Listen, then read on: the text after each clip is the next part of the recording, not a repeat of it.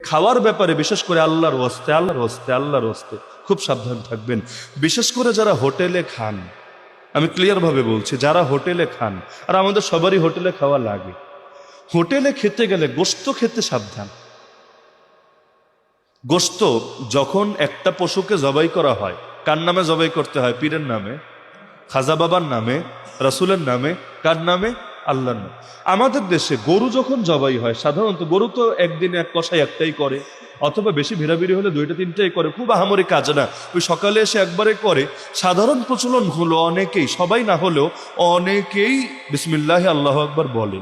কিন্তু মুরগি একদিনে যে কত হাজার জবাই করে, এটা কোন দোকান এমন আছে মানে কত হাজার জবাই করেছে আর নিজের কাছেও হিসাব নাই, এক এক অর্ডারে দেখা যায় 1000 2000 চলে গিয়েছে। এখন প্রতিটা মুরগির আগে আলাদা করে বিসমিল্লাহ আল্লাহু আকবার, বিসমিল্লাহ আল্লাহু আকবার বলাটা কিন্তু নিঃসন্দেহে সাধনার ব্যাপার।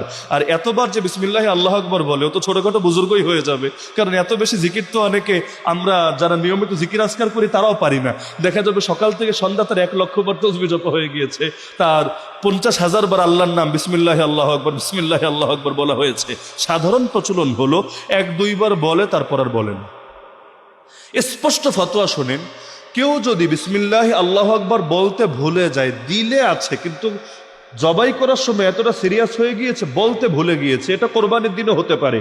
অনেকে আছে শখ করে কোরবানি দেয়, জীবনে কোনোদিন দেয় নাই, হঠাৎ করে ছুরি নিয়ে এমন ভয় পাওয়া পেয়েছে, কোন রকম একটু পোজ দিয়ে দৌড়, কখন বিসমিল্লাহ আল্লাহু আকবার বলবে তার টেনশনে আর মনেই নাই। এরকম যদি হয় তাহলে হানাফি মাযহাবের ফতোয়ায় ছাড় আছে যে এরকম ভুলে গিয়ে যদি সে ছেড়ে দেয় তাহলে সেই পশুর গোশত হারাম হবে না, হালালি হবে।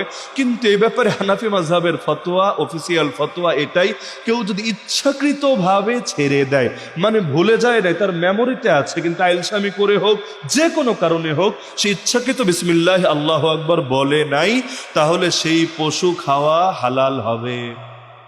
কি হবে? হারাম হবে। তাহলে যে মুরগিগুলো খাচ্ছেন গ্রিল হিসাবে, যে মুরগিগুলো খাচ্ছেন ঝাল ফ্রাই হিসাবে, যে মুরগিগুলো হোটেলে খাচ্ছেন সুন্দর সুন্দর দামি আইটেম হিসাবে, এগুলো কি বলে জবাই করেছে আদৌ কি আপনার জানা আছে? হ্যাঁ, যদি এমন হয় যে দোকানদার দিনদার, ইমানদার, সচেতন মানুষ এবং তিনি এই লাইনে খুব সোচ্চার, আপনার জানা আছে যে তিনি নিজেই জবাই করেন বা কর্মচারী দিয়ে করান বা দোকানদারকেও বাধ্য করেন যে আমার সামনে জবাই করবে, বিসমিল্লাহ আল্লাহু আকবার বলে জবাই করবে, এমন যদি হয় আলহামদুলিল্লাহ, আপনি মন ভরে খান, কোনো সমস্যা নাই।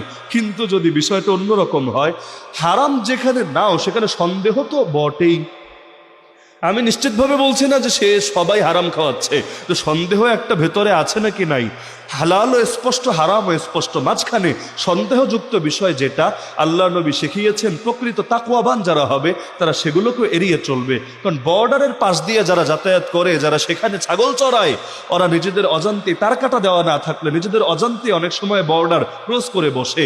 তো এই হারাম আর হালালের মধ্যে বর্ডার আছে, বর্ডার, এই সন্দেহযুক্ত বিষয়গুলো হলো সেই বর্ডার।